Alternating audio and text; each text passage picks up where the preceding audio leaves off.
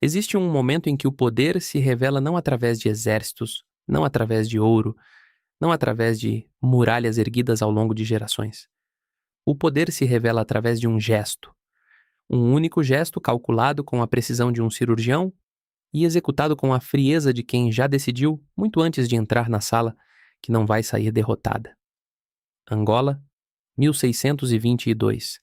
A cidade de Luanda ainda cheira a pólvora e a sangue salgado do Atlântico.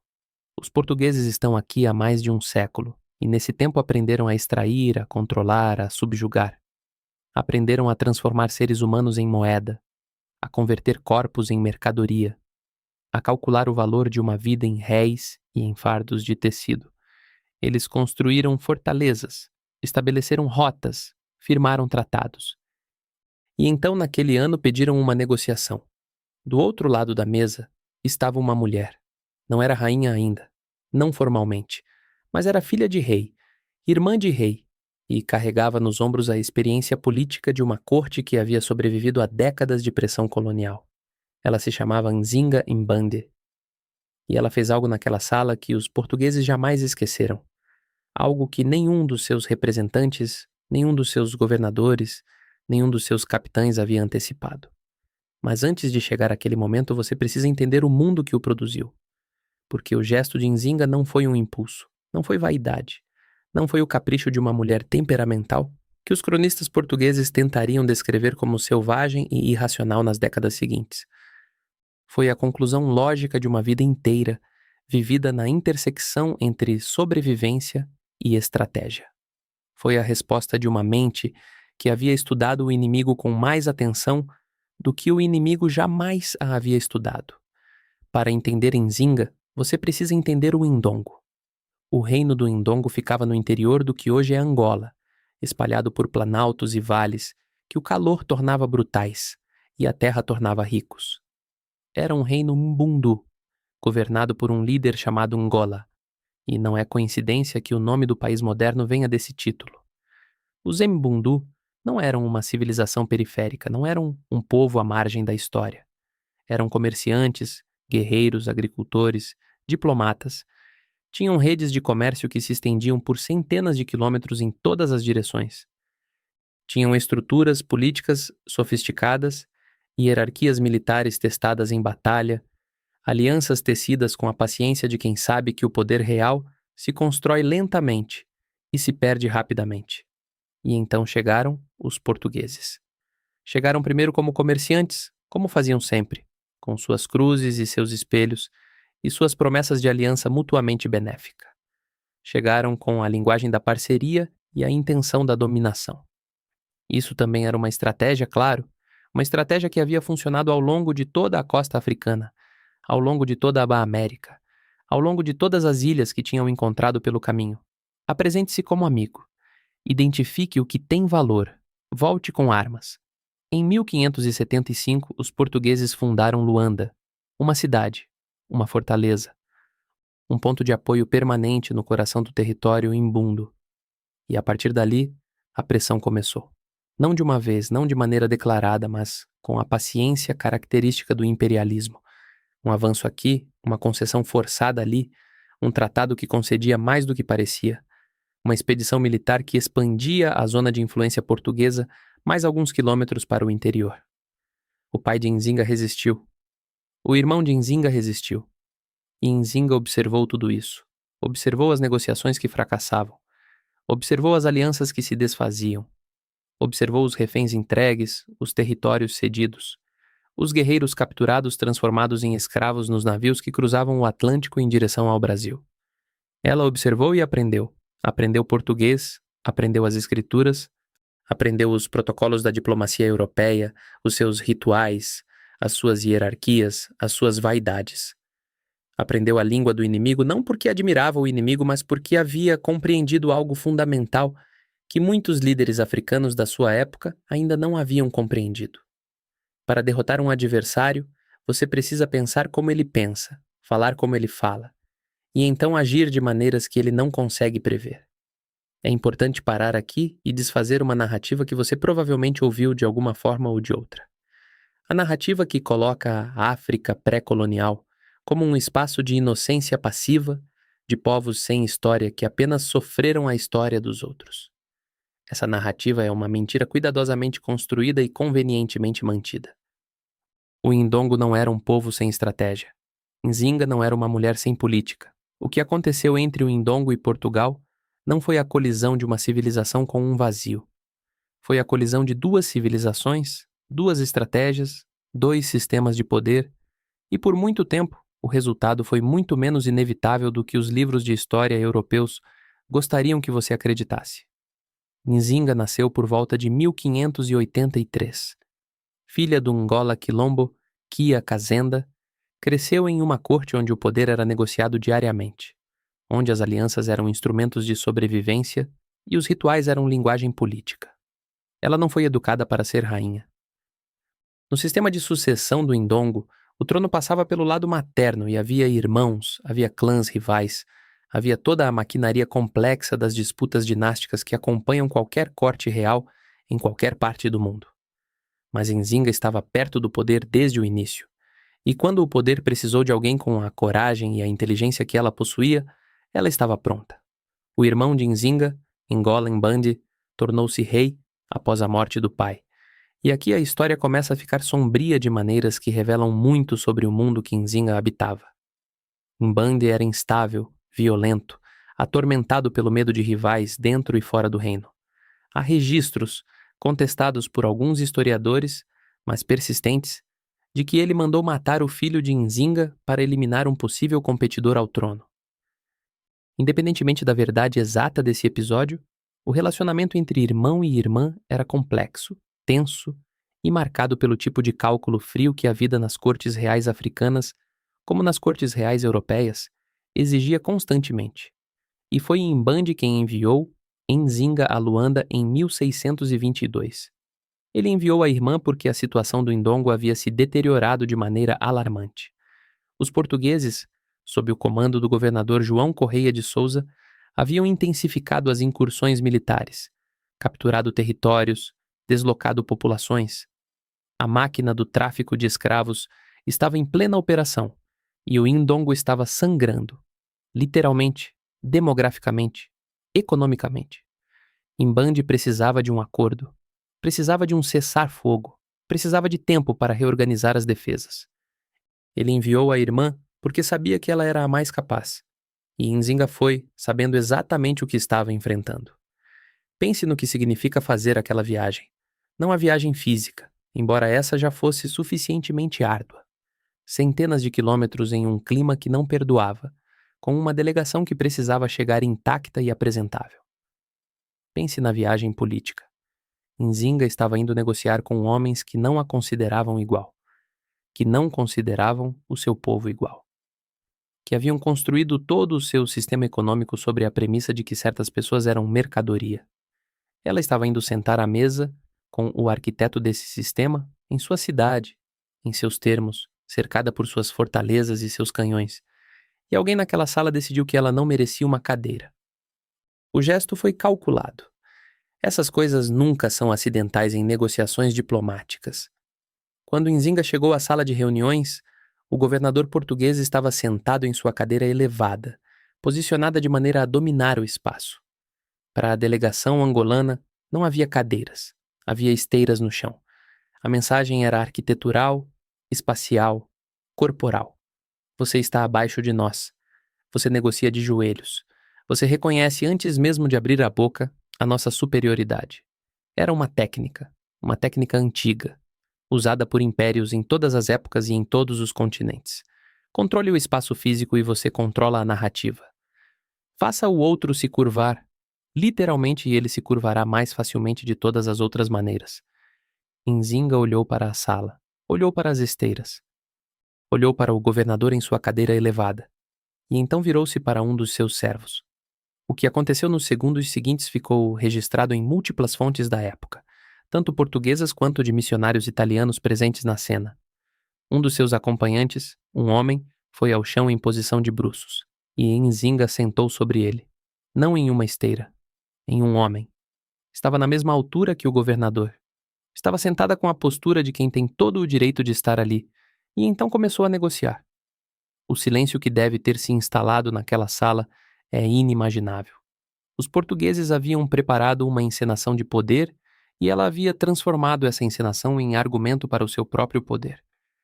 Havia usado os elementos da humilhação projetada e os havia reconfigurado em um gesto de autoridade absoluta.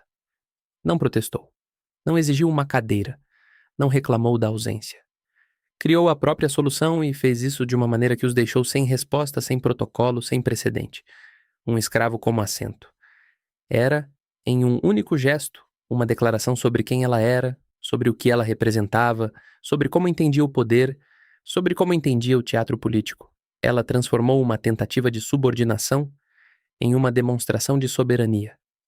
E quando a reunião terminou, quando os acordos provisórios foram discutidos e as delegações se dispersaram, dizem que ela deixou o servo para trás. Quando perguntada por que, respondeu que rainhas não usam o mesmo assento duas vezes. Pode ser que essa última parte seja apócrifa. Pode ser que os cronistas tenham adicionado floreios à história. Mas o núcleo da cena, o gesto em si, está documentado. E o que ele revela não é apenas o caráter de uma mulher extraordinária. Revela a natureza do conflito que definiria as próximas 4 décadas. Um conflito em que Portugal chegaria com a certeza da superioridade e Nzinga responderia com a arma mais perigosa que existe.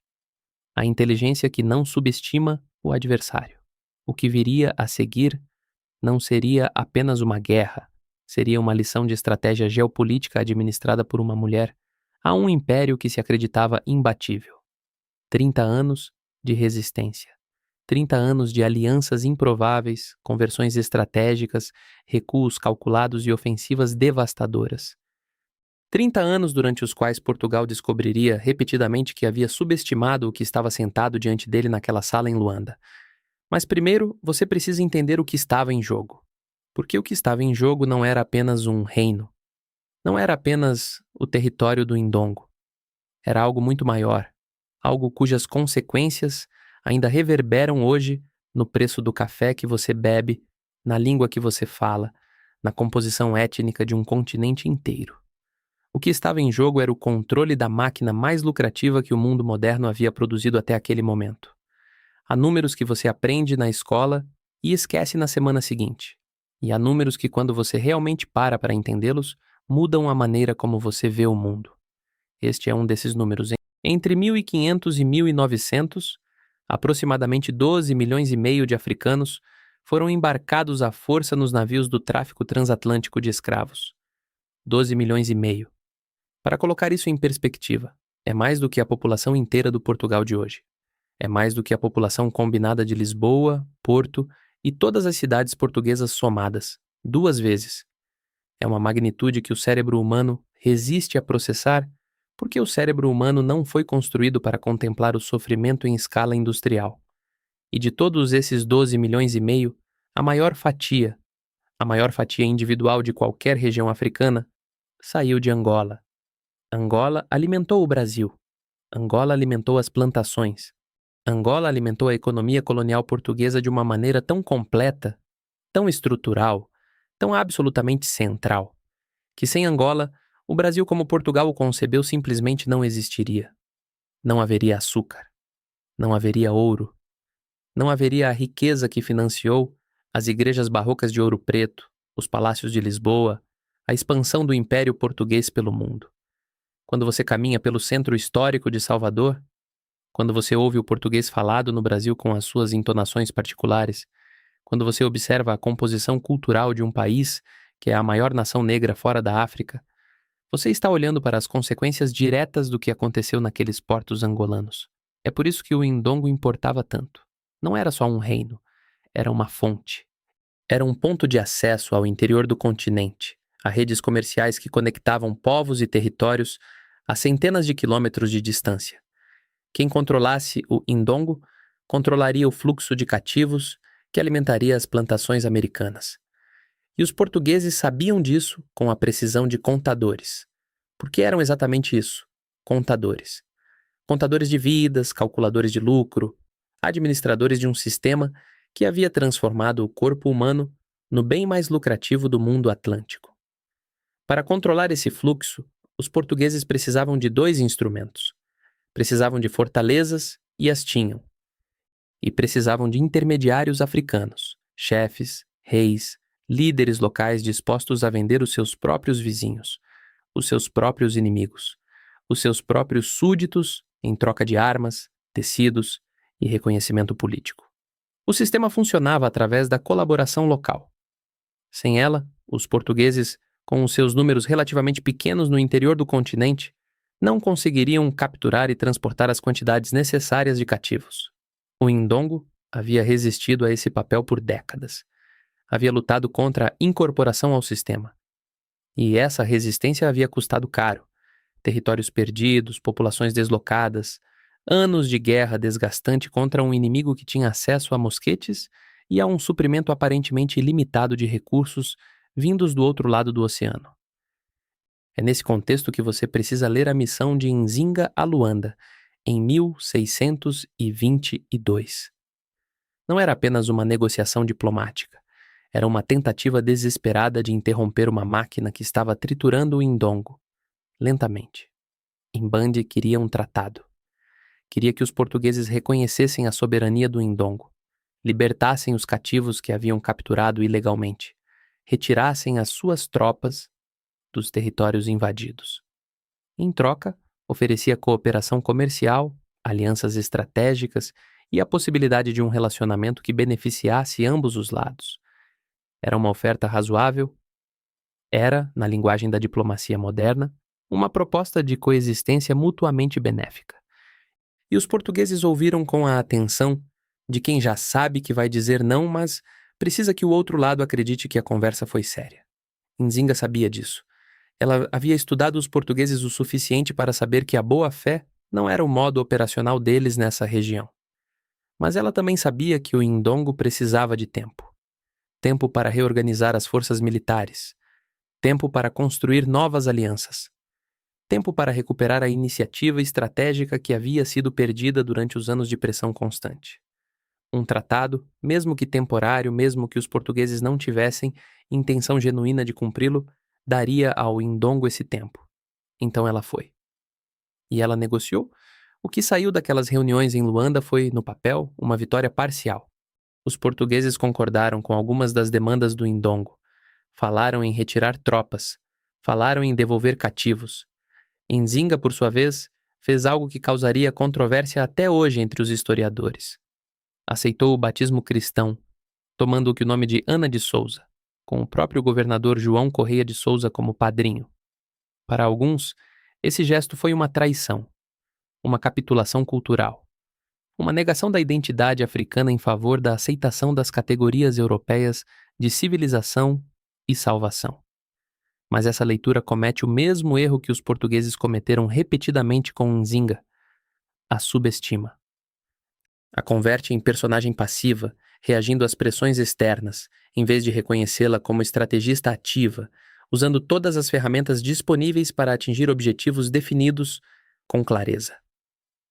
O batismo foi um movimento político. Na linguagem diplomática do século XVII, aceitar o cristianismo significava aceitar uma forma de legitimidade reconhecida pelos poderes europeus. Significava ser tratada, ao menos formalmente, como soberana cristã e não como chefe pagã. Significava ter acesso a um conjunto de protocolos e de direitos que o sistema colonial português, hipócrita mas funcionalmente, aplicava de maneira diferente a cristãos e a não cristãos. Nzinga usou o batismo da mesma maneira que havia usado o servo como assento. Transformou uma ferramenta do poder colonial em instrumento da sua própria agência. Mas os portugueses não cumpriram o acordo. É preciso que você sinta o peso disso. Não apenas como fato histórico, mas como experiência humana. Nzinga havia feito a viagem. Havia passado pela humilhação calculada da sala sem cadeiras. Havia negociado com habilidade e flexibilidade. Havia feito concessões reais, incluindo concessões simbólicas de profundidade considerável. E os portugueses simplesmente não cumpriram. As tropas não se retiraram. Os cativos não foram libertados. A pressão sobre o Indongo continuou, implacável, como se a negociação nunca tivesse acontecido. Isso também era uma estratégia. Uma estratégia que os impérios europeus praticaram em todos os continentes que tocaram. Negociar para ganhar tempo, para criar a aparência de legitimidade para suas ações, para dividir as lideranças locais entre os que acreditavam nos acordos e os que desconfiavam deles. Um acordo descumprido não era uma falha diplomática, era uma ferramenta. Mantinha o outro lado em posição defensiva, esperando, enquanto a realidade no terreno continuava a se mover na direção portuguesa. Nzinga esperou, observou, e então a situação mudou de uma maneira que ela não havia antecipado. Em 1624, Ngola Mbande morreu. As circunstâncias são obscuras. Alguns dizem que foi envenenamento. Outros dizem que foi suicídio, o colapso psicológico de um homem que havia visto o seu reino se desintegrar e não havia encontrado a força para suportar isso. O que é certo é que ele morreu, e o Indongo ficou sem liderança no pior momento possível. O que aconteceu a seguir depende da fonte que você consulta. As fontes portuguesas, escritas por homens que tinham todos os motivos para deslegitimar o que veio a seguir, descrevem Nzinga tomando o poder de maneira ilegal, contornando os mecanismos legítimos de sucessão, impondo-se à força. As fontes Mbundu, preservadas através de tradições orais e registradas parcialmente por cronistas simpáticos, contam uma história diferente, a de uma liderança que foi reconhecida por um povo que precisava de alguém capaz de enfrentar o que estava vindo. A verdade, como quase sempre, está na convergência entre o que as diferentes fontes não negam. Nzinga assumiu o poder, tornou-se a Angola do Indongo, e naquele momento, a natureza do conflito com Portugal mudou fundamentalmente, porque Mbande havia lutado com a esperança de um acordo. Havia enviado a irmã a Luanda acreditando que a diplomacia poderia resolver o que as armas não haviam resolvido. Nzinga não tinha essa ilusão. Ela havia estado naquela sala. Havia olhado nos olhos do governador, havia visto o que os acordos valiam. E quando assumiu o trono, ou o equivalente funcional a um trono no sistema político Mbundu, ela tomou uma decisão que definiria as 3 décadas seguintes da história de Angola. Ela decidiu lutar, não da maneira que os portugueses esperavam. Não em campo aberto, onde os mosquetes e a artilharia anulavam qualquer vantagem que os guerreiros Mbundu pudessem ter em termos de conhecimento do terreno e de motivação. Nzinga havia estudado os portugueses o suficiente para saber que a guerra direta era uma equação que ela não conseguia vencer. Então ela não iria travar a guerra direta. Ela iria travar uma guerra diferente. Uma guerra de alianças, de mobilidade, de recrutamento, de pressão constante e retirada estratégica. Uma guerra em que a geografia de Angola, com os seus rios, as suas florestas, os seus planaltos e as suas distâncias imensas, seria uma arma tanto quanto qualquer lança ou qualquer mosquete. Uma guerra que duraria mais do que qualquer general português havia planejado, mais do que qualquer governador de Luanda havia antecipado, mais do que qualquer estrategista em Lisboa havia considerado possível. Mas antes de entender como Nzinga travou essa guerra, você precisa entender quem ela recrutou para travá-la, porque a escolha mais surpreendente, a mais controversa, a que os seus contemporâneos acharam mais chocante e que os historiadores ainda debatem com intensidade. Essa escolha revela mais sobre a sua mente do que qualquer batalha que ela jamais travou. Ela foi buscar os Imbangala. Os Imbangalá eram o terror da África Central no século XVII. Não eram um povo no sentido convencional. Não eram uma etnia ou uma nação com território fixo. Eram bandos de guerreiros nômades, recrutados de múltiplas origens, unidos por uma ideologia militar radical que rejeitava todas as formas de identidade baseadas no nascimento, na família ou na terra. Não tinham chefes hereditários, não tinham aldeias, não tinham agricultura. Viviam em movimento em acampamentos chamados quilombo, absorvendo captivos e voluntários de todas as origens e transformando-os em guerreiros através de rituais de iniciação que apagavam as identidades anteriores e criavam uma nova identidade coletiva baseada exclusivamente na capacidade combativa. Eles eram brutais, eram eficazes, e eram os únicos guerreiros na região que os soldados portugueses temiam genuinamente. Os próprios portugueses haviam tentado usar os Imbangalá como aliados, e com algum sucesso. Bandos Imbangalá haviam participado de expedições portuguesas contra o Indongo, haviam contribuído para o deslocamento das populações que Nzinga estava tentando defender. Eram, em todos os sentidos práticos, inimigos do Ndongo. E Nzinga foi buscar uma aliança com eles. Pense no que isso exigia. Não apenas coragem política que ela certamente possuía, exigia a capacidade de colocar o objetivo estratégico acima de todas as outras considerações, acima da narrativa de quem são os aliados naturais, acima das hostilidades acumuladas, acima do que os seus próprios conselheiros e súditos esperavam dela. Exigia a frieza de uma mente que calcula possibilidades e não deixa que a emoção contamine a aritmética. Para selar a aliança, Nzinga fez algo que chocou profundamente os missionários católicos que a observavam. Ela adotou parcialmente os costumes Imbangalá, usou as suas insígnias, participou dos seus rituais. Há registros de que ela usava trajes masculinos em contextos militares, que liderava diretamente suas forças em campo, que tinham um harém de homens vestidos de mulher, uma inversão deliberada e politicamente carregada das normas de gênero que tanto o sistema africano quanto o sistema europeu da época consideravam naturais e imutáveis. Nenhum desses gestos era acidental. Cada um deles comunicava algo. Para os Imbangala, comunicava que ela operava no mesmo espaço simbólico que eles, que havia cruzado os limites das categorias convencionais e poderia ser aceita como líder na sua tradição. Para os portugueses, comunicava que as categorias que eles usavam para entender e para controlar as lideranças africanas, cristão ou pagão, civilizado ou selvagem, homem ou mulher, no sentido que atribuíam a esses termos, simplesmente não se aplicavam a ela. Ela estava além das categorias que o poder colonial usava para administrar o mundo. E essa aliança com os Imbangala mudou completamente a equação militar em Angola. Os portugueses que haviam calculado que a queda de Mbandi e a instabilidade da sucessão lhes dariam a oportunidade de incorporar definitivamente o Ndongo ao seu sistema de controle, descobriram que tinham pela frente uma adversária com recursos que não haviam antecipado, usando táticas que não conseguiam prever, em alianças que contradiziam toda a lógica das divisões que haviam explorado até então. A guerra começava de verdade, e ela seria muito mais longa, muito mais custosa e muito mais humilhante para Portugal do que qualquer governador de Luanda estava preparado para admitir nos seus relatórios para Lisboa. Há uma coisa que os impérios nunca aprendem. Não importa quantas vezes a história os ensine, não importa quantos cemitérios deixam pelo caminho, não importa quantas guerras começam com a certeza da vitória rápida e terminam em décadas de sangramento lento. A coisa que os impérios nunca aprendem é esta: o terreno pertence a quem o conhece. Os portugueses haviam conquistado costas, haviam tomado ilhas, haviam subjugado populações que, por uma razão ou outra, não conseguiram resistir ao choque inicial da chegada europeia.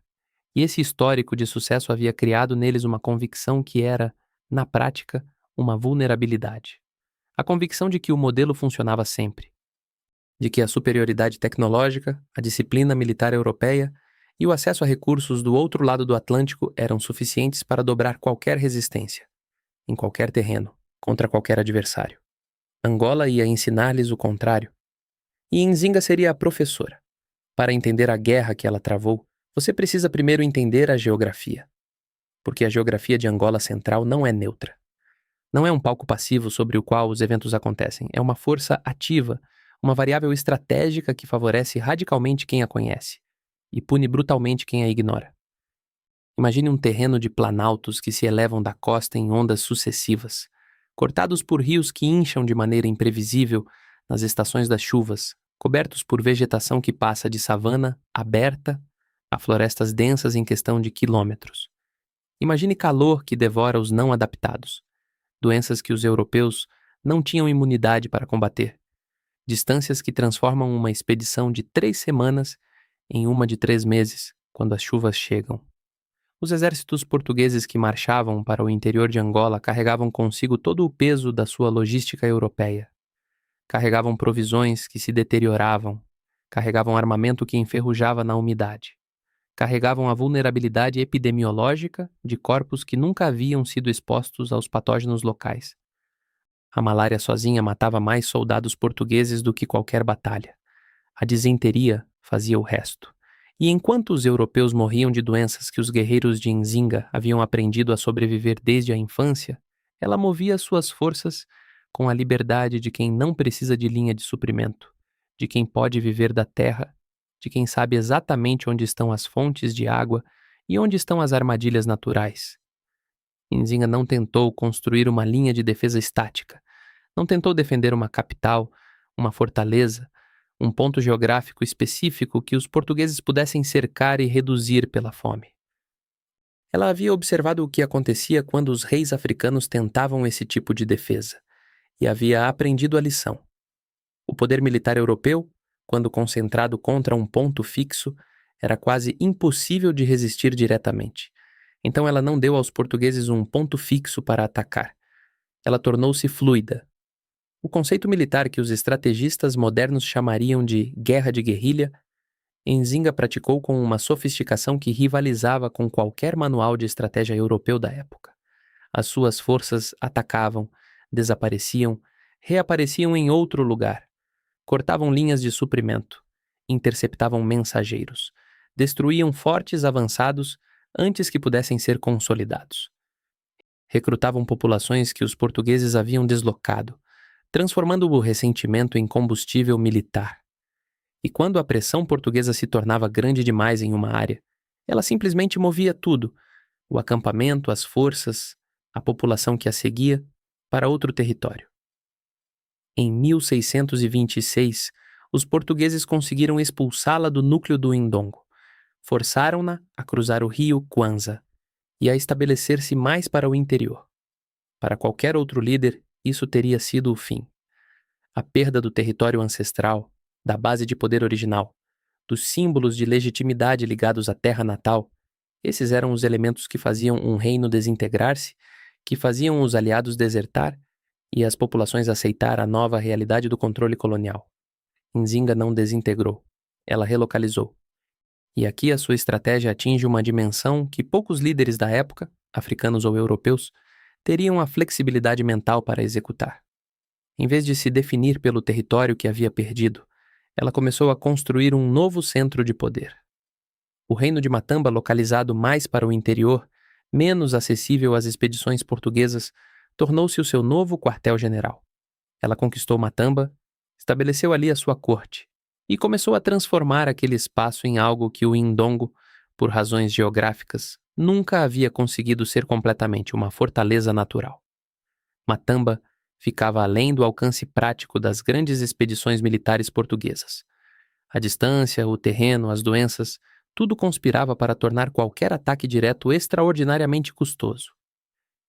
E enquanto Portugal gastava homens e dinheiro tentando consolidar o controle sobre o litoral e as terras próximas à costa, Nzinga construía pacientemente em Matamba uma base de poder que duraria décadas. Mas a estratégia militar era apenas uma das dimensões do que ela estava fazendo. A outra dimensão era diplomática. E nessa frente, ela demonstrou uma capacidade que colocaria a maioria dos estadistas europeus contemporâneos em posição de inferioridade.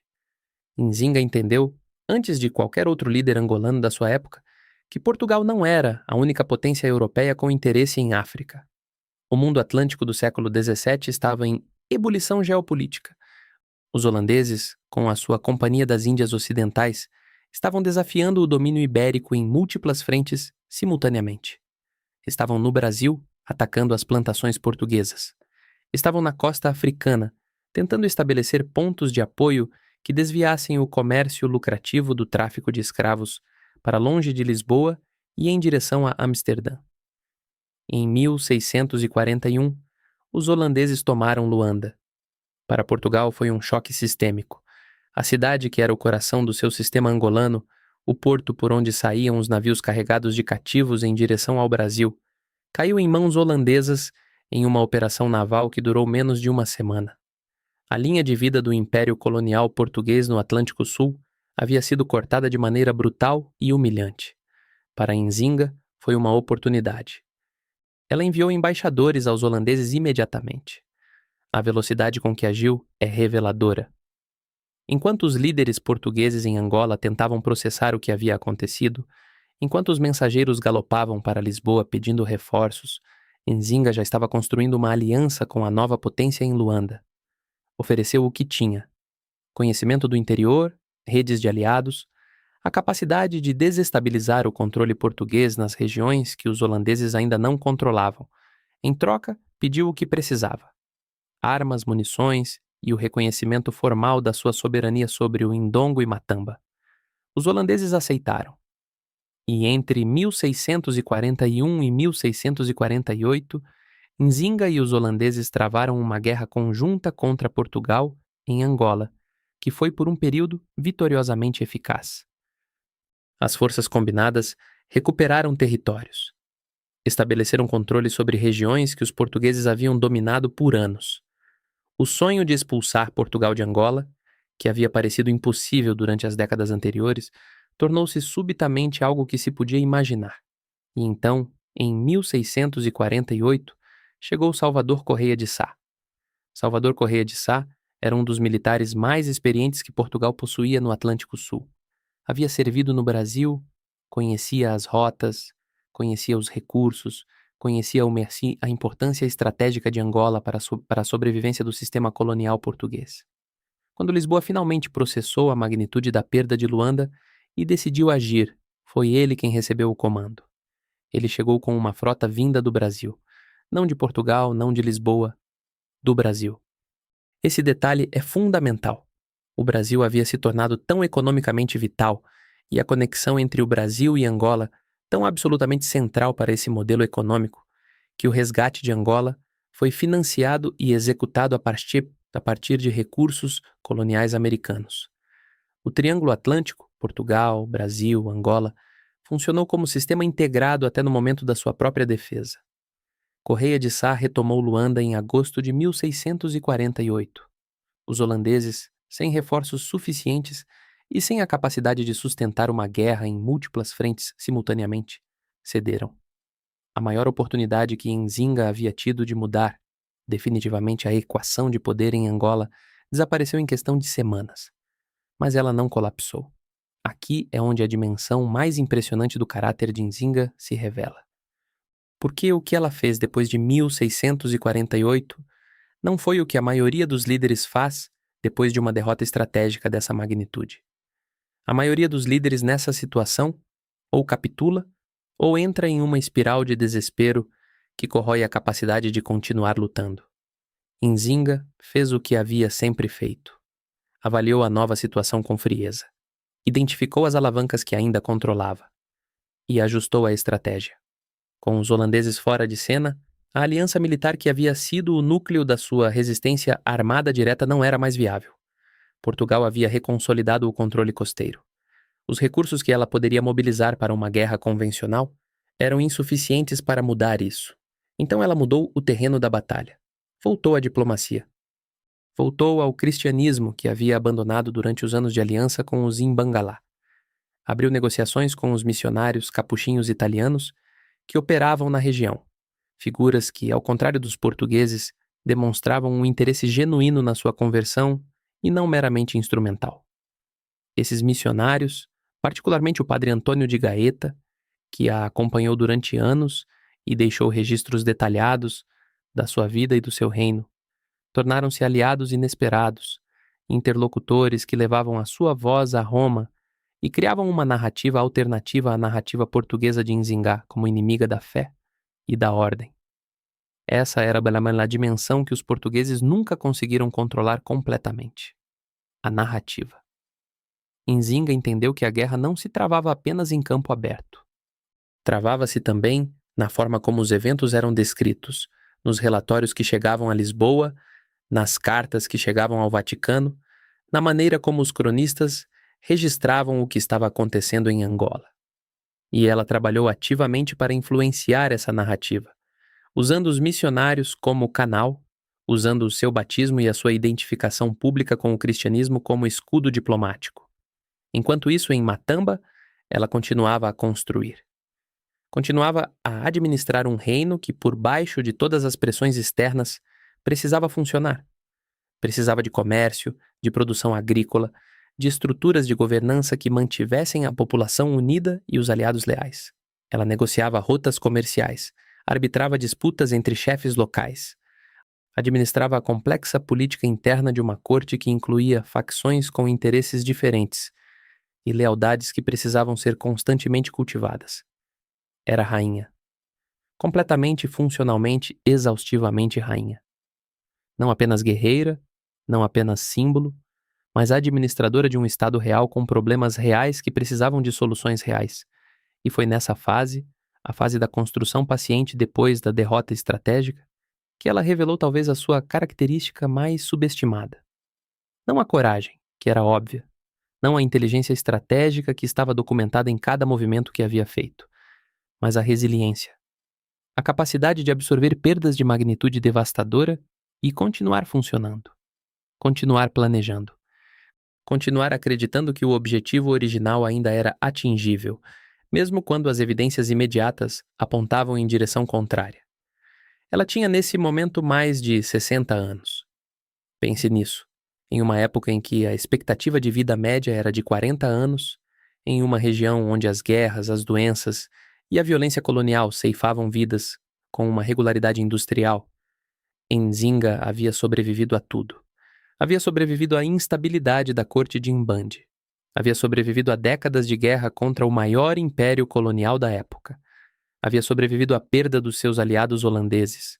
Havia sobrevivido ao deslocamento forçado do seu território ancestral. E estava, com mais de 60 anos, ainda governando, ainda negociando, ainda resistindo. Os portugueses, nesse ponto, tinham um problema que os seus relatórios para Lisboa nunca articulavam com total honestidade, mas que era completamente real. Eles não conseguiam derrotá-la definitivamente. Podiam vencê-la em batalhas específicas, podiam forçá-la a recuar, podiam capturar territórios, mas não conseguiam eliminar o centro de resistência que ela representava. Não conseguiam fazer o Indongo e Matamba simplesmente aceitarem a incorporação ao sistema colonial português da maneira que outros reinos haviam aceitado. E essa incapacidade tinha um custo militar, evidentemente, décadas de expedições, de homens mortos, de recursos gastos em uma guerra que não terminava. Mas também um custo político. Cada ano que Nzinga continuava a governar em Matamba, cada ano que o Indongo não havia sido definitivamente subjugado, era um argumento vivo contra a narrativa de inevitabilidade colonial. Era a prova, sustentada por 3 décadas de realidade obstinada, de que a dominação portuguesa não era natural, não era inevitável, não era a ordem do mundo que os colonizadores tentavam apresentar como tal. Ela era, por sua mera existência continuada, uma refutação. E os portugueses precisavam resolver isso, não apenas militarmente. Precisavam resolver narrativamente, politicamente, diplomaticamente. Precisavam de um desfecho que lhes permitisse declarar alguma forma de vitória sem precisar admitir que uma mulher de mais de 60 anos havia resistido ao seu império por 30 anos e ainda não havia sido dobrada. O que aconteceu a seguir foi, dependendo de como você lê a história, ou um triunfo final de Nzinga, ou a prova definitiva da sua maestria estratégica. Possivelmente as duas coisas ao mesmo tempo. Porque em 1657, Portugal e Nzinga chegaram a um acordo de paz. E os termos desse acordo vão surpreender você. Os tratados de paz revelam, com uma honestidade que as batalhas nunca conseguem, quem realmente venceu uma guerra. Não o que os generais proclamam nas cerimônias. Não o que os historiadores escrevem nas décadas seguintes, com a conveniência do recuo temporal. Os termos. Os termos específicos, cláusula por cláusula, exigência por exigência. Os termos revelam a aritmética real do poder no momento em que a caneta toca o papel. Em 1657, Portugal e Nzinga assinaram um tratado de paz que encerrava formalmente 3 décadas de conflito em Angola. E quando você lê os termos desse tratado, quando você realmente para analisar o que cada cláusula significa em termos de poder concreto, algo se torna imediatamente evidente. Algo que os relatórios portugueses para Lisboa tentaram obscurecer, que os cronistas favoráveis a Portugal minimizaram sistematicamente, que só se torna claro quando você coloca os termos lado a lado com a situação que existia 30 anos antes, quando a guerra começou. Portugal reconheceu a soberania de Nzinga sobre Matamba e sobre as regiões do Indongo que ela controlava, formalmente, oficialmente, com todas as implicações diplomáticas que esse reconhecimento carregava no sistema de relações internacionais do século XVII. O mesmo Portugal que havia enviado expedição após expedição para subjugar o Indongo, que havia declarado Nzinga inimiga da fé e da coroa, que havia tentado por 30 anos incorporar os seus territórios ao sistema colonial angolano. Esse Portugal sentou-se à mesa e assinou um documento reconhecendo-a como soberana legítima. Ela tinha 74 anos. Pense no que isso significa em escala humana. Uma mulher que havia começado a sua carreira política como emissária do irmão, que havia sido submetida ao gesto calculado da sala sem cadeiras, que havia perdido o seu território ancestral, que havia visto os seus aliados holandeses serem expulsos, que havia enfrentado, ao longo de 30 anos, todos os recursos militares, diplomáticos e econômicos que o maior império colonial do Atlântico conseguiu mobilizar contra ela. Essa mulher, aos 74 anos, recebeu o reconhecimento formal da sua soberania do mesmo poder que havia jurado derrotá-la. Isso não foi uma concessão generosa de Portugal. Foi uma capitulação pragmática. Foi o reconhecimento tácito de que 3 décadas de guerra haviam produzido um resultado que nenhum governador de Luanda havia querido admitir nos seus relatórios. O custo de continuar lutando contra Nzinga era simplesmente maior do que o benefício de controlar os territórios que ela governava. Era mais barato reconhecê-la do que continuar tentando eliminá-la. E ela sabia disso. Havia calculado exatamente isso. Durante todos os anos de recuo estratégico, de mobilidade forçada, de construção paciente em Matamba, ela havia mantido o custo da guerra alto o suficiente para Portugal, que a alternativa da paz nos seus termos se tornaria eventualmente atraente. Era uma estratégia de desgaste executada com uma paciência que transcende qualquer adjetivo que se possa aplicar a ela. Mas o tratado não foi apenas um reconhecimento de soberania. Continha outras cláusulas que revelam a profundidade da transformação que havia ocorrido. Portugal concordou em limitar as atividades de captura de escravos nas regiões sob controle de Nzinga. Concordou em respeitar certas rotas comerciais que beneficiavam Matamba. Concordou em essência em tratar o reino de Nzinga como uma entidade política com quem se negociava em vez de uma região a ser subjugada. Não era a libertação completa. Não era o fim do sistema colonial em Angola. O tráfico de escravos continuava, implacável, nos territórios que Portugal controlava diretamente. Os navios continuavam a cruzar o Atlântico carregados de cativos angolanos. A máquina não havia parado. Mas havia uma parte de Angola, governada por uma mulher de 74 anos, onde essa máquina não operava com a liberdade que operava em outros lugares. E esse espaço havia sido conquistado não através de um milagre, não através de uma intervenção externa, não através da generosidade do colonizador, mas através de 30 anos de resistência calculada e obstinada. Há uma dimensão do Tratado de 1657 que raramente recebe atenção suficiente. Uma dimensão que vai além da geopolítica e toca algo mais íntimo, mais pessoal, mais revelador do custo humano que Nzinga havia pago ao longo de tudo isso. O tratado incluía, entre as suas cláusulas, uma exigência de Nzinga que Portugal havia resistido por anos. A devolução da sua irmã Cambu. Cambu havia sido capturada pelos portugueses décadas antes e mantida como refém, como garantia de comportamento, como pressão sobre Nzinga. Era uma técnica clássica da diplomacia coercitiva colonial. Capture alguém que o líder ama e você terá sempre uma alavanca. Nzinga havia negociado, havia lutado, havia tentado por anos recuperar a irmã. E quando o Tratado de 1657 foi finalmente assinado, a devolução de Cambu estava entre os termos. Essa cláusula conta uma história que os números e os territórios não conseguem contar.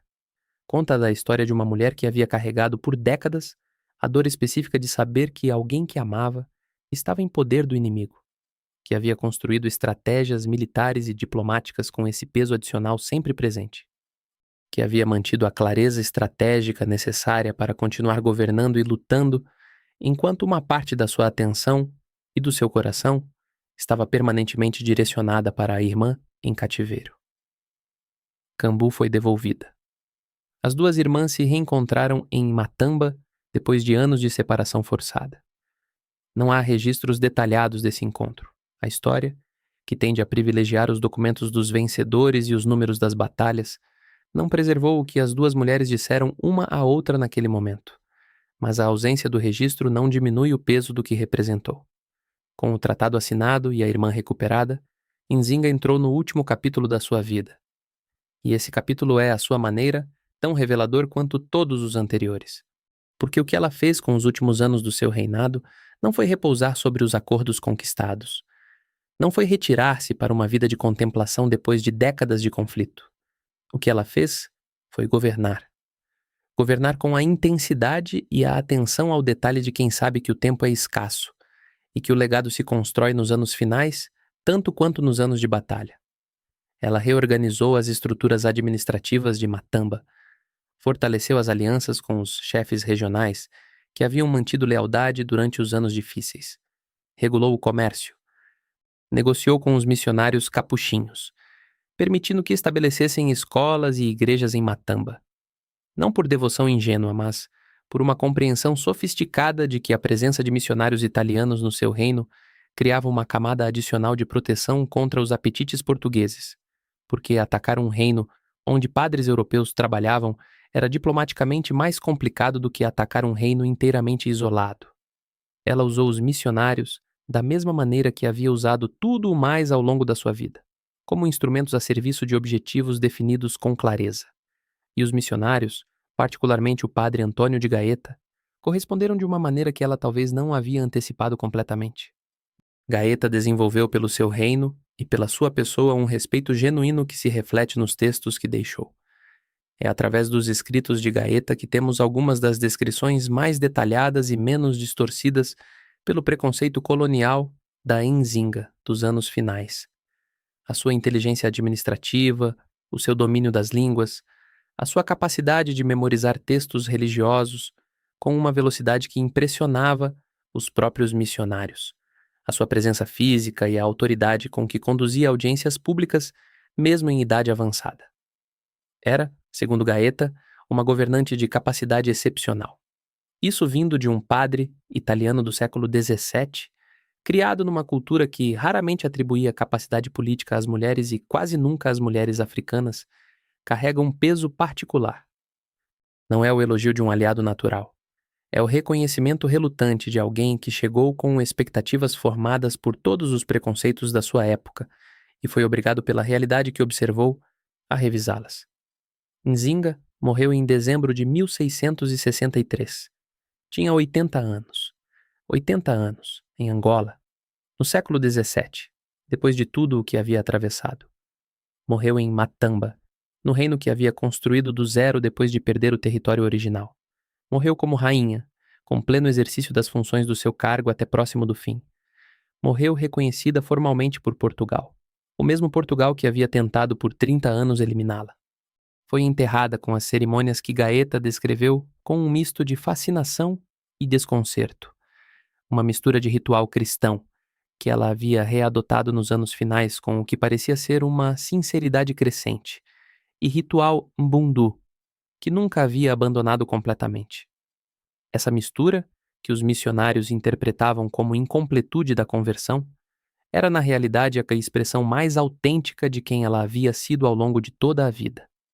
Alguém que habitava múltiplos mundos simultaneamente, que não aceitava a exigência de escolher entre identidades, que entendia que a força não vem da pureza, mas da capacidade de integrar.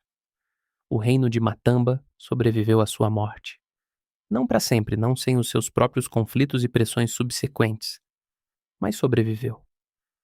A estrutura que ela havia construído era sólida o suficiente para durar além da sua vida. Isso para um líder que havia começado o seu reinado em circunstâncias de crise aguda, sem território consolidado, sem aliados confiáveis, sem recursos garantidos, é um achievement de uma magnitude que raramente recebe o reconhecimento que merece. Mas aqui está a dimensão da história de Nzinga, que as batalhas e os tratados não capturam completamente. A dimensão que só se torna visível quando você recua o suficiente para ver o quadro inteiro. Quando você para de contar os quilômetros de território e começa a pensar nas ideias que se moveram pelo mundo no sinal da sua resistência. Nzinga foi contemporânea de alguns dos maiores monarcas da história europeia.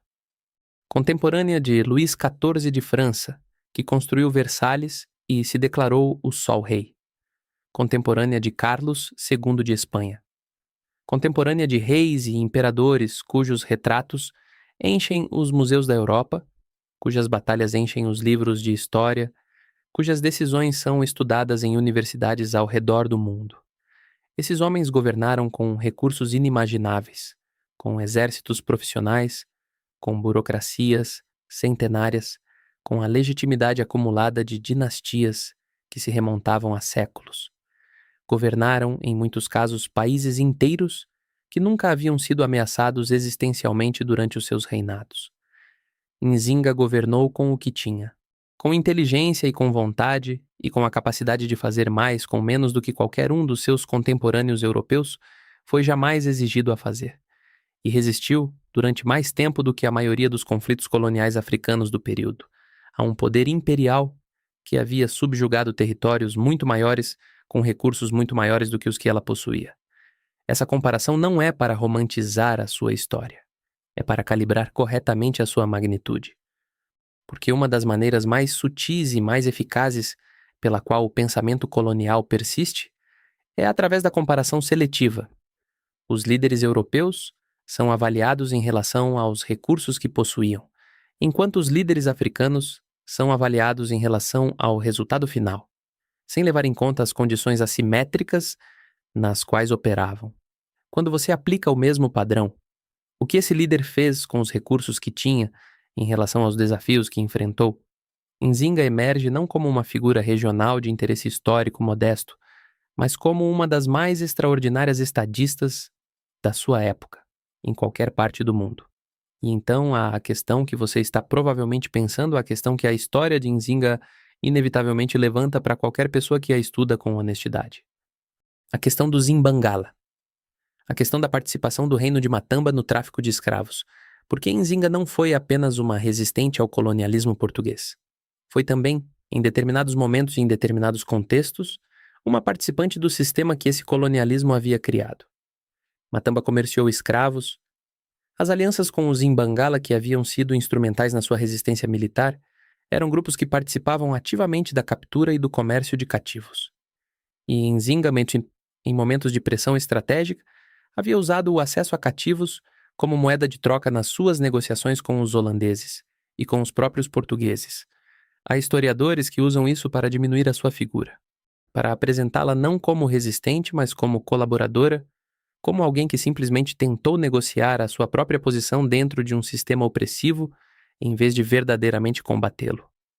Há outros historiadores, particularmente dentro da tradição acadêmica angolana e da diáspora africana, que minimizam esses aspectos, que constroem Nzinga como heroína sem contradição, pureza sem mácula. Ambas as leituras cometem o mesmo erro. O erro de aplicar ao século XVII categorias morais e políticas formadas no século XXI.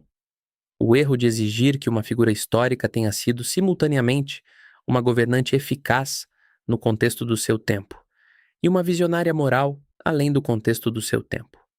O erro, fundamentalmente, de não deixar que uma pessoa histórica seja complexa. Nzinga operou em um mundo onde o tráfico de escravos era a realidade estrutural da economia regional. Todos os atores naquele sistema, portugueses, holandeses, chefes africanos aliados a Portugal, chefes africanos resistentes a Portugal, operavam dentro dessa realidade. A questão relevante não é se Nzinga foi completamente alheia a esse sistema. Porque não foi. A questão relevante é o que ela fez com o poder que tinha, em relação às alternativas disponíveis e quais foram as consequências das suas escolhas para o povo que governava. E nessa avaliação, a resposta é clara. Ela construiu e manteve, durante décadas, um espaço de soberania africana que de outra forma não teria existido. Ela resistiu à incorporação completa do Indongo e de Matamba ao sistema colonial português de uma maneira que preservou, para as populações que governava, um grau de autonomia e de autodeterminação que os reinos que haviam capitulado não possuíam. Ela não foi perfeita, foi eficaz. E a eficácia, no contexto em que operou, exigiu decisões que nenhuma estrutura moral simples consegue classificar adequadamente. Essa complexidade é exatamente o que a torna fascinante, exatamente o que a torna real, e exatamente o que a torna, 4 séculos depois da sala em Luanda, ainda urgentemente relevante para o mundo em que vivemos. Porque a história de Nzinga não terminou com a sua morte em 1663. Na verdade, em certos aspectos muito importantes, foi depois da sua morte que a história de Nzinga realmente começou. Há histórias que morrem com as pessoas que as viveram. Há histórias que sobrevivem como curiosidades, como notas de rodapé em livros que ninguém lê, como nomes em monumentos que ninguém para olhar. E há histórias que dormem durante séculos e então acordam com uma violência que surpreende até quem pensava conhecê-las. A história de Nzinga é desse terceiro tipo. Durante quase 300 anos depois da sua morte, o nome de Nzinga existiu em dois universos paralelos que raramente se tocavam. No universo dos colonizadores, ela era um problema histórico resolvido, uma anomalia que havia complicado a administração colonial por algumas décadas antes de ser neutralizada pelo Tratado de 1657. Uma mulher que havia sido, na melhor das interpretações portuguesas, uma adversária capaz, mas finalmente contida. Os livros de história coloniais portugueses, quando a mencionavam, faziam-no com a linguagem cuidadosamente escolhida de quem precisa reconhecer um obstáculo, sem conceder que esse obstáculo havia sido, por qualquer medida honesta, uma derrota. No universo dos angolanos, das populações Imbundu, dos descendentes dos que haviam vivido sob o seu reinado, a memória de Nzinga nunca precisou de livros. Viajou através do que viaja mais longe e mais fundo do que qualquer texto escrito. A memória oral, os rituais, os nomes dados às crianças, as histórias contadas à noite em torno do fogo que conectam o presente ao passado de maneiras que a historiografia europeia nunca conseguiu compreender completamente porque nunca acreditou verdadeiramente que essas conexões eram reais. Mas foi no século XX que Nzinga explodiu. E explodiu de uma maneira que nenhum arquiteto colonial havia antecipado quando construiu o sistema que ela havia resistido, de uma maneira que conecta diretamente a sala em Luanda, em 1622, ao mundo que você habita hoje, ao debate político que você vê nas suas redes sociais, à composição cultural do país onde você vive, as perguntas sobre identidade, sobre resistência, sobre o que significa ser negro, ser mulher, ser africano em um mundo que ainda carrega, nas suas estruturas mais profundas, as marcas do sistema que Nzinga passou a vida inteira combatendo. Angola tornou-se independente de Portugal em 1975. Depois de 500 anos de presença colonial, depois de décadas de guerra de libertação que havia começado formalmente em 1961, o país emergiu como nação soberana em circunstâncias extraordinariamente difíceis, imediatamente mergulhado em uma guerra civil alimentada pela Guerra Fria, com a União Soviética e Cuba apoiando o MPLA e os Estados Unidos e a África do Sul apoiando a UNITA, com uma economia devastada e uma infraestrutura que o colonialismo havia construído para extrair e não para desenvolver. Nesse contexto, a questão de quem Angola era, o que Angola havia sido, de onde Angola vinha, essas questões não eram acadêmicas, eram urgentes, eram questões de identidade nacional em construção, de legitimidade política, de narrativa coletiva que precisava dar sentido a 500 anos de história de uma maneira que não reduzisse os angolanos a vítimas passivas da história dos outros. E Nzinga estava lá. Havia sempre estado lá na memória oral, nas tradições, na consciência coletiva das populações Mumbundu. Só precisava de alguém que a trouxesse para o centro do palco nacional. O MPLA, o movimento que governou Angola desde a independência, adotou Nzinga como símbolo com uma velocidade que revela o quanto a sua figura respondia a uma necessidade política e psicológica profunda. Ela era tudo o que a nova nação precisava que o seu passado tivesse sido. Uma resistente, uma soberana, uma estrategista que havia enfrentado Portugal e não havia simplesmente capitulado. Ela era a prova, inscrita na própria história angolana, de que a soberania angolana não era uma invenção do século XX, não era uma concessão do colonizador, não era algo que havia começado em 1975. Era algo que havia existido antes da chegada portuguesa e que havia sobrevivido em formas diversas e contra pressões imensas durante toda a ocupação colonial. Em Luanda, a avenida principal da cidade foi batizada com o seu nome. Estátuas foram erguidas. O seu rosto apareceu em notas de dinheiro, em selos postais, em murais que decoram os edifícios públicos da capital. Nzinga tornou-se, no sentido mais literal, a face da nação angolana, a figura através da qual Angola se vê a si mesma e se apresenta ao mundo. Mas aqui está onde a história de Nzinga torna-se ainda mais fascinante, porque a canonização angolana é apenas uma das dimensões do seu ressurgimento contemporâneo. A outra dimensão está do outro lado do Atlântico. Está no Brasil. Lembre-se do que dissemos no início. Angola alimentou o Brasil. A maior parte dos africanos que atravessaram o Atlântico em cativeiro, que construíram com o seu trabalho forçado a riqueza que financiou o Brasil colonial, vieram de Angola.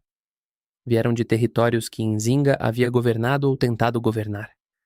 Vieram, muitos deles, de povos Imbundu, de falantes de línguas que ela havia falado, de culturas que ela havia representado. Isso significa que uma parte significativa da população negra brasileira descende em sentido cultural e possivelmente genético do mesmo mundo que produziu em Nzinga, que as tradições culturais afro-brasileiras, o candomblé, a capoeira, os quilombos, as formas de organização comunitária que os africanos escravizados desenvolveram no Brasil para preservar a dignidade e a identidade em condições de desumanização sistemática, carregam, nas suas origens mais profundas, conexões com o mundo angolano que Nzinga habitou. O quilombo, por exemplo. A palavra quilombo vem diretamente do quilombo dos Imbangala, o mesmo acampamento nômade, a mesma estrutura de organização guerreira que Nzinga havia adotado como modelo durante a fase mais intensa da sua resistência militar. Quando os africanos escravizados no Brasil fugiam das plantações e construíam comunidades livres nas florestas, quando criavam o Quilombo dos Palmares, que resistiu por quase um século à tentativa portuguesa e depois holandesa de destruí-lo, estavam usando, conscientemente ou não, um modelo organizativo que havia origem direta na África Central angolana. O maior e mais duradouro quilombo da história brasileira usou a mesma estrutura organizativa que Nzinga havia empregado para resistir ao colonialismo português em Angola. A conexão não é metafórica, é histórica, é direta. É o tipo de conexão que só se torna visível quando você para de tratar a história africana e a história afro-brasileira como histórias separadas e começa a vê-las como o que são, capítulos diferentes do mesmo processo global. Nos últimos anos, particularmente depois do crescimento do movimento negro brasileiro e da renovação do debate sobre identidade racial e colonial, que atravessou as sociedades do Atlântico Sul na segunda década do século XXI, Nzinga emergiu no Brasil com uma força que surpreendeu até quem acompanhava o debate. O seu nome aparece em teses acadêmicas, em manifestos políticos, em letras de músicas de artistas que vão do rap ao samba, em grupos de estudo de história africana que se multiplicaram nas periferias das grandes cidades brasileiras. Ela virou símbolo, mas não o tipo de símbolo vazio que os movimentos políticos às vezes constroem. Uma imagem sem substância, um nome sem história, uma figura esvaziada do contexto que a torna significativa. A ressonância de Nzinga no feminismo negro brasileiro vem precisamente do oposto, da especificidade da sua história, da concretude das suas decisões, da complexidade das suas contradições. Ela ressoa porque é real, porque foi uma mulher real que tomou decisões reais em condições impossíveis e deixou um legado que 4 séculos não conseguiram apagar. Para as mulheres negras brasileiras que se apropriam da sua figura, Nzinga não é apenas um símbolo de resistência genérica. É uma resposta específica a uma mentira específica. A mentira que diz que as mulheres negras nunca governaram, nunca estrategizaram, nunca ocuparam espaços de poder com a mesma competência e a mesma autoridade que os homens, nunca foram protagonistas da sua própria história. Nzinga é a refutação documentada, datada, com fontes primárias e tudo, dessa mentira. É a prova de que existiu, no mesmo período histórico em que o sistema escravagista construía a narrativa da inferioridade africana como justificativa para a sua própria existência, uma rainha africana que mandava sentar impérios. E então há a dimensão que conecta tudo isso ao presente de uma maneira que não é apenas simbólica, mas estrutural. A dimensão econômica. A dimensão que você talvez não tenha considerado, mas que, quando a vê, não consegue mais não ver. Angola hoje é um dos maiores produtores de petróleo da África. É um país com recursos naturais de uma abundância que tornaria qualquer nação rica se esses recursos fossem geridos de maneira que beneficiasse a população. É também um país com uma das maiores desigualdades econômicas do continente, com uma elite política que acumulou riqueza de maneira extraordinária, enquanto a maior parte da população permaneceu em pobreza.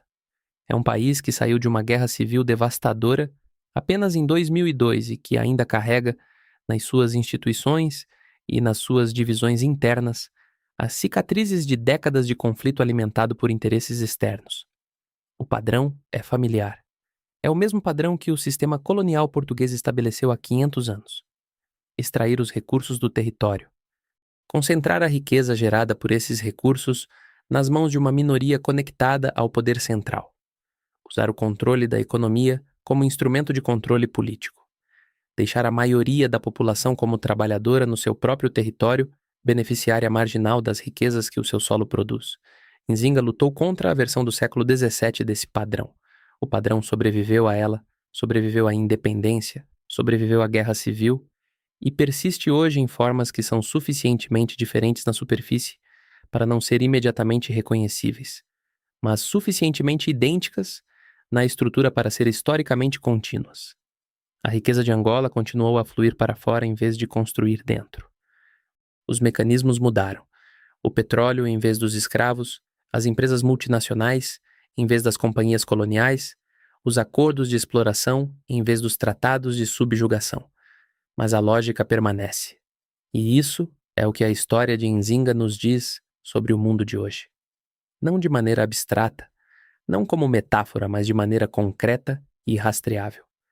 Diz que os sistemas de extração são extraordinariamente resilientes, que mudam de forma sem mudar de função, que conseguem sobreviver a revoluções e independências e mudanças de regime mantendo a estrutura essencial intacta, porque a estrutura essencial não reside nas instituições formais.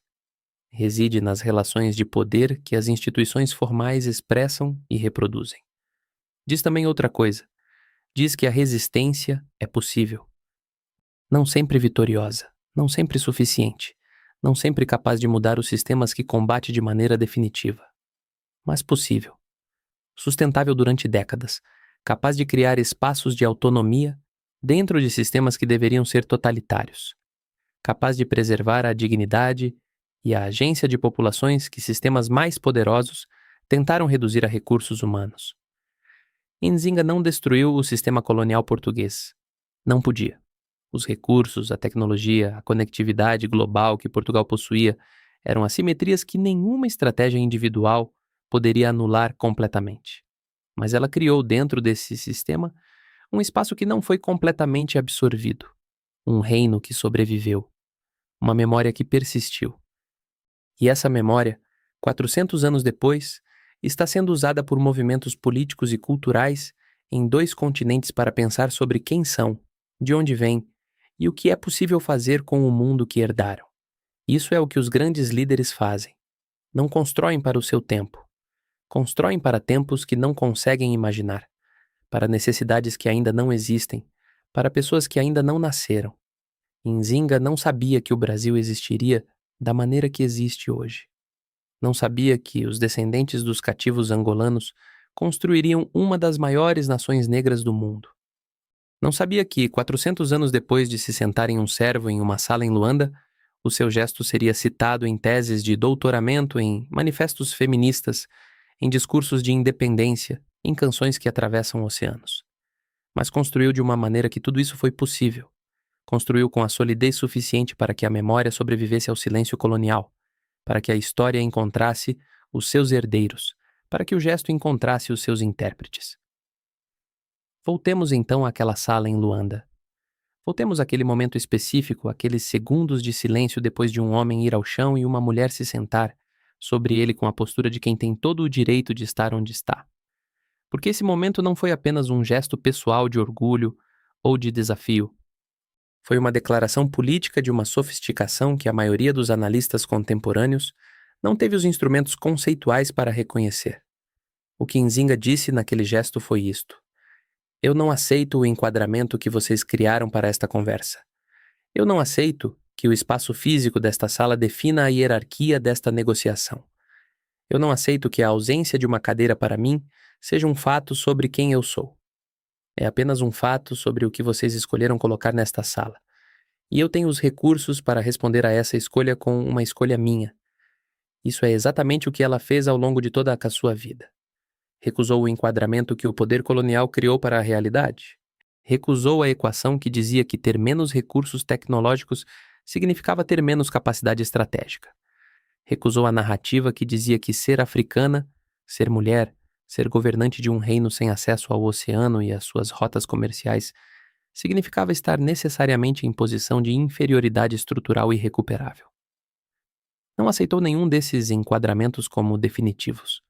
Trabalhou dentro das restrições reais que existiam, que eram imensas e reais e não romantizadas pela sua recusa, mas nunca aceitou as restrições como a totalidade do possível.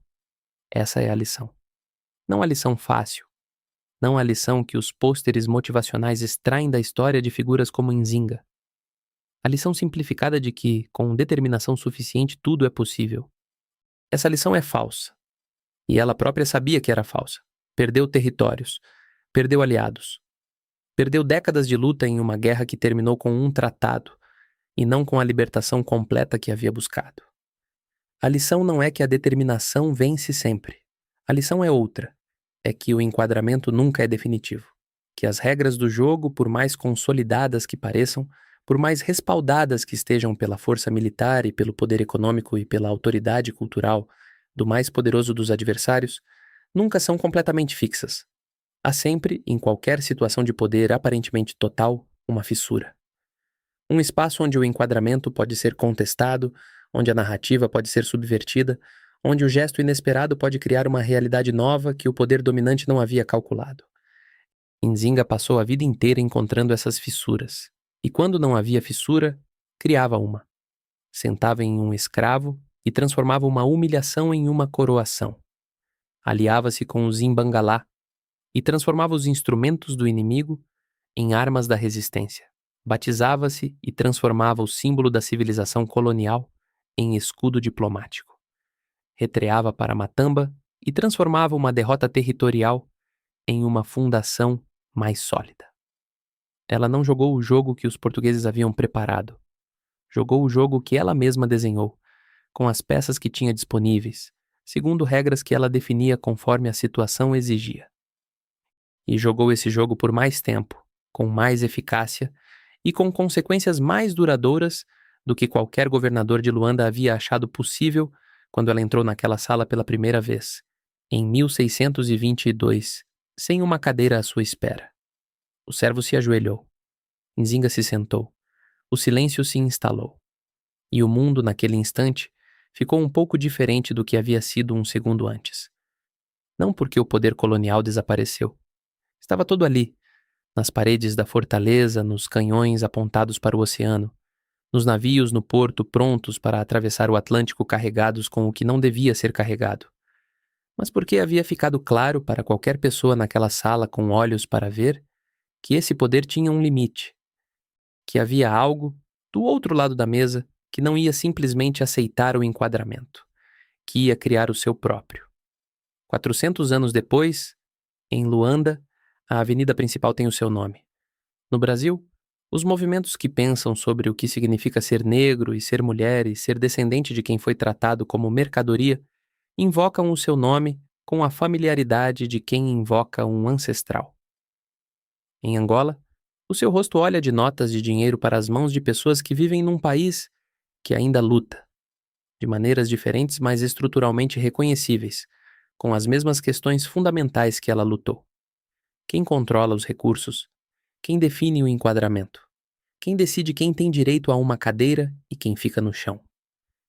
Ela respondeu a essas perguntas com o único instrumento que nenhum poder colonial consegue confiscar completamente, o único recurso que permanece disponível mesmo quando todos os outros recursos foram tomados. A inteligência que se recusa a aceitar que a realidade presente é a única realidade possível. Rainhas não usam o mesmo assento duas vezes.